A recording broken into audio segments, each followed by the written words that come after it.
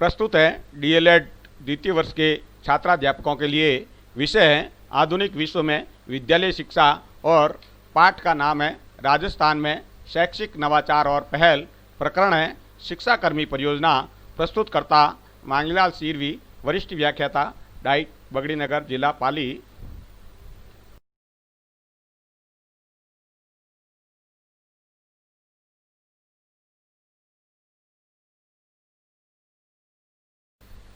नमस्कार।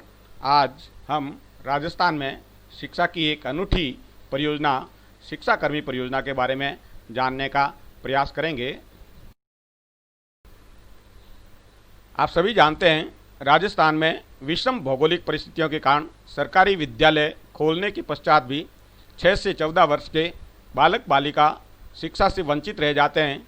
इन परिस्थितियों में स्थानीय जनशक्ति स्रोत और स्थानीय हितों को विकसित कर शिक्षा का स्तर बढ़ाने हेतु स्वीडिश इंटरनेशनल डेवलपमेंट एजेंसी सिड्डा के वित्तीय सहयोग से 1987 में शिक्षाकर्मी परियोजना प्रारंभ की गई।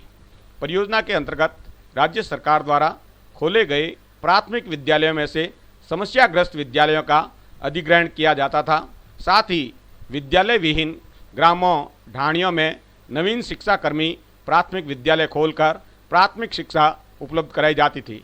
इन विद्यालयों में ग्रामवासियों के माध्यम से चयनित 2 युवक युवतियों का चयन कर विशेष प्रशिक्षण के बाद शिक्षाकर्मी के रूप में नियुक्ति दी जाती थी। विद्यालय को सुव्यवस्थित रूप से संचालन का संपूर्ण दायित्व इन शिक्षाकर्मियों का था। ये शिक्षाकर्मी दिन में दिवस विद्यालय चलाते और दिवस विद्यालय नहीं आने वाले बालकों के लिए रात्रि या उचित समय में प्रहर पाठशाला चलाते थे। शिक्षाकर्मी परियोजना के उद्देश्य। पहला उद्देश्य है दूर दराज के इलाकों में रह रहे शिक्षा से वंचित बालक बालिकाओं तक शिक्षा की पहुंच बनाना। दूसरा, विद्यालय छोड़ चुके या बीच में विद्यालय छोड़कर जाने वाले बच्चों के लिए शिक्षा की अनौपचारिक व्यवस्था करना। तीसरा उद्देश्य है विद्यालय संचालन में स्थानीय समुदाय ग्रामवासियों की भागीदारी सुनिश्चित करना। चौथा उद्देश्य है शिक्षा से वंचित बालिकाओं की शिक्षा सुनिश्चित करना। पांचवा उद्देश्य है स्थानीय युवक युवतियों को प्रशिक्षित कर उन्हें शिक्षक की भूमिका निभाने के लिए तैयार करना। और छठा उद्देश्य है सतत अनुवर्तन और प्रभावी शिक्षक सम्मेलन की व्यवस्था करना। परियोजना का जो कंसेप्ट है, उनके पीछे 3 मुख्य सूत्र थे। पहला, स्थानीय व्यक्ति सामाजिक परिवर्तन के लिए प्रभावी ढंग से कार्य कर सकता है। दूसरा सूत्र था, जिनमें भी सीखने की ललक और काम करने की लगन है, उन्हें प्रभावी प्रशिक्षण दिया जाए तो वे दक्षता और योग्यता के साथ शिक्षक की भूमिका निभा सकते हैं। और तीसरा सूत्र था, किसी भी क्षेत्र की शैक्षिक आवश्यकताओं को पूर्ण करने के लिए समुदाय तथा अभिभावकों की भागीदारी एवं सहयोग आवश्यक है।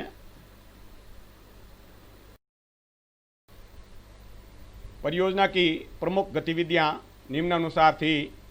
पहला, अनियमित रूप से खुलने वाले विद्यालयों का अधिग्रहण, जिसमें ऐसे विद्यालय जो अनियमित थे वह नियत समय पर नहीं खुलते थे।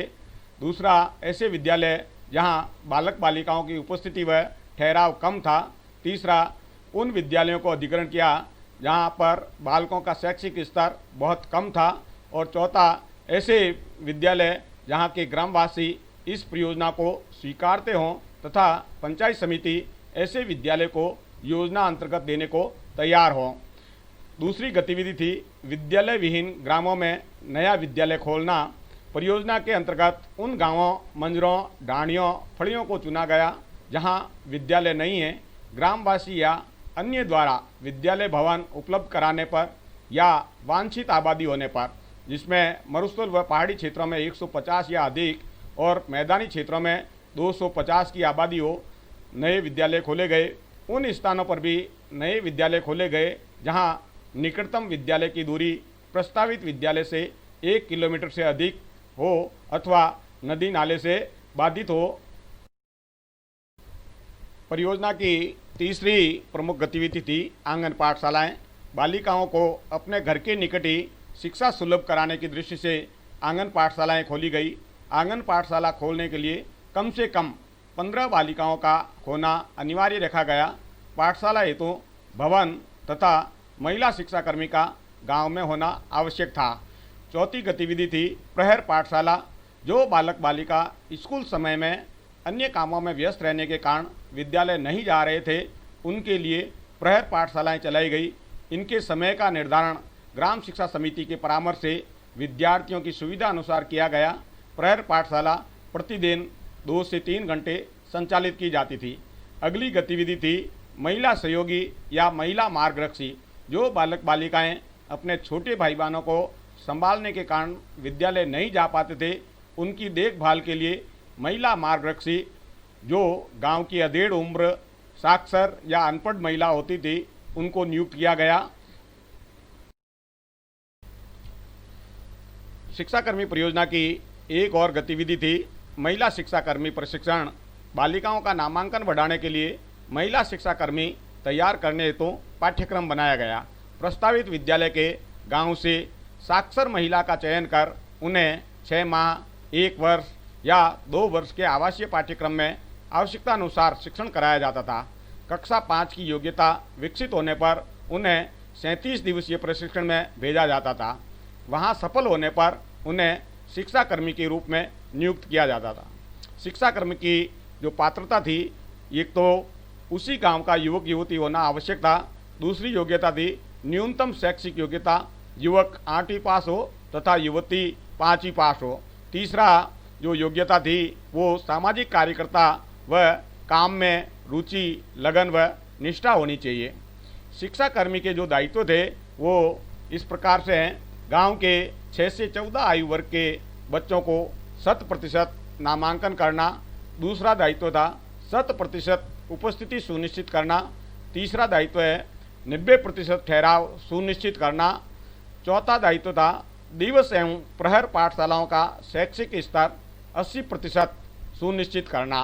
पांचवा दायित्व था जन सहभागिता सुनिश्चित करना।